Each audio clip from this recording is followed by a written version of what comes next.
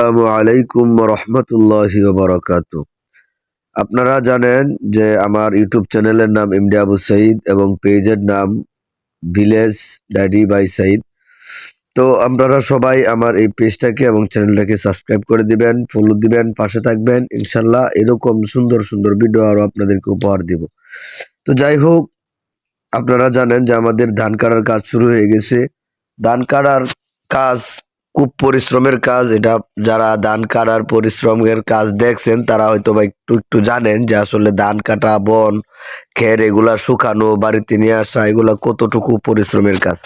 যাই হোক, এই পরিশ্রম করতে করতে করতে করতে আল্লাহ তাআলার অশেষ একটা নিয়ামত, সেটা হচ্ছে আমার ঠান্ডা লেগে গেছে, মানে আমি একটু অসুস্থ আর কি। এটা আল্লাহ তাআলার একটা বড় নিয়ামত যে আমি অসুস্থ। তো আল্লাহ তাআলার কাছে শুকরিয়া আদায় করি এবং আপনাদের সকলের কাছে দোয়া চাই যেন আল্লাহ তাআলা আমাকে পরিপূর্ণ সুস্থতার নিয়ামত দান করেন। তো যাই হোক, আজকে আপনারা দেখতেছেন যে আমার হাতে একটা বোতল আছে। বোতলের ভিতরে ধান কাটার কাজের কারণে আসলে আমি ভিডিও দিতে পারতেছি না, কন্টিনিউ করতে পারতেছি না। কিন্তু আমার ধান কাটার কাজ থাকলে কি হইব, পোকামাকড় তো আর দামারি ধান কাটা এটা বুঝে না।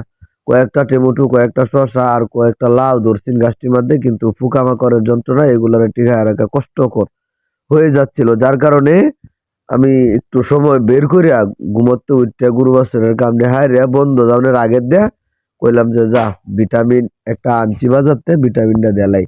তো ভিটামিনটার নাম হচ্ছে বায়ু গ্রিন।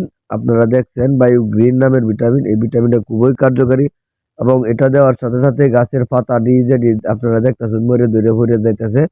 এই মরা ধরা পাতা দিয়ে আবার টনটনা তরতাজা হয়ে যাবো আর কি। যার কারণে আমি এই ভিটামিনটা দিতেছি। এটা কিন্তু কোনো কেমিক্যাল না বা বিষ জাতীয় কোনো কিছু না, যেটা আমাদের স্বাস্থ্যের জন্য ক্ষতি হইতে পারে, এরকম কিছু না। এটা জাস্ট ভিটামিন আর কি। মানে যেমন আমরা যদি এই গাছের গুঁড়ি আপনার গোবর দেই, জৈব সার দেই, এটা যেরকম কার্যকারিতা, এটা মনে করেন যে একটু এরকম ভিটামিনটা আমি আস্তে আস্তে দিতাছি, যার কারণে সুন্দর করে যাতে ফরে এই জন্য আমি ভিটামিনটা দিতাছি। দেখছেন আলহামদুলিল্লাহ আমার কাছে উস্সিও ধরিয়ালছে শিম, যেটা আপনারা শিম কইন, এটারে আমরা উস্সি কই।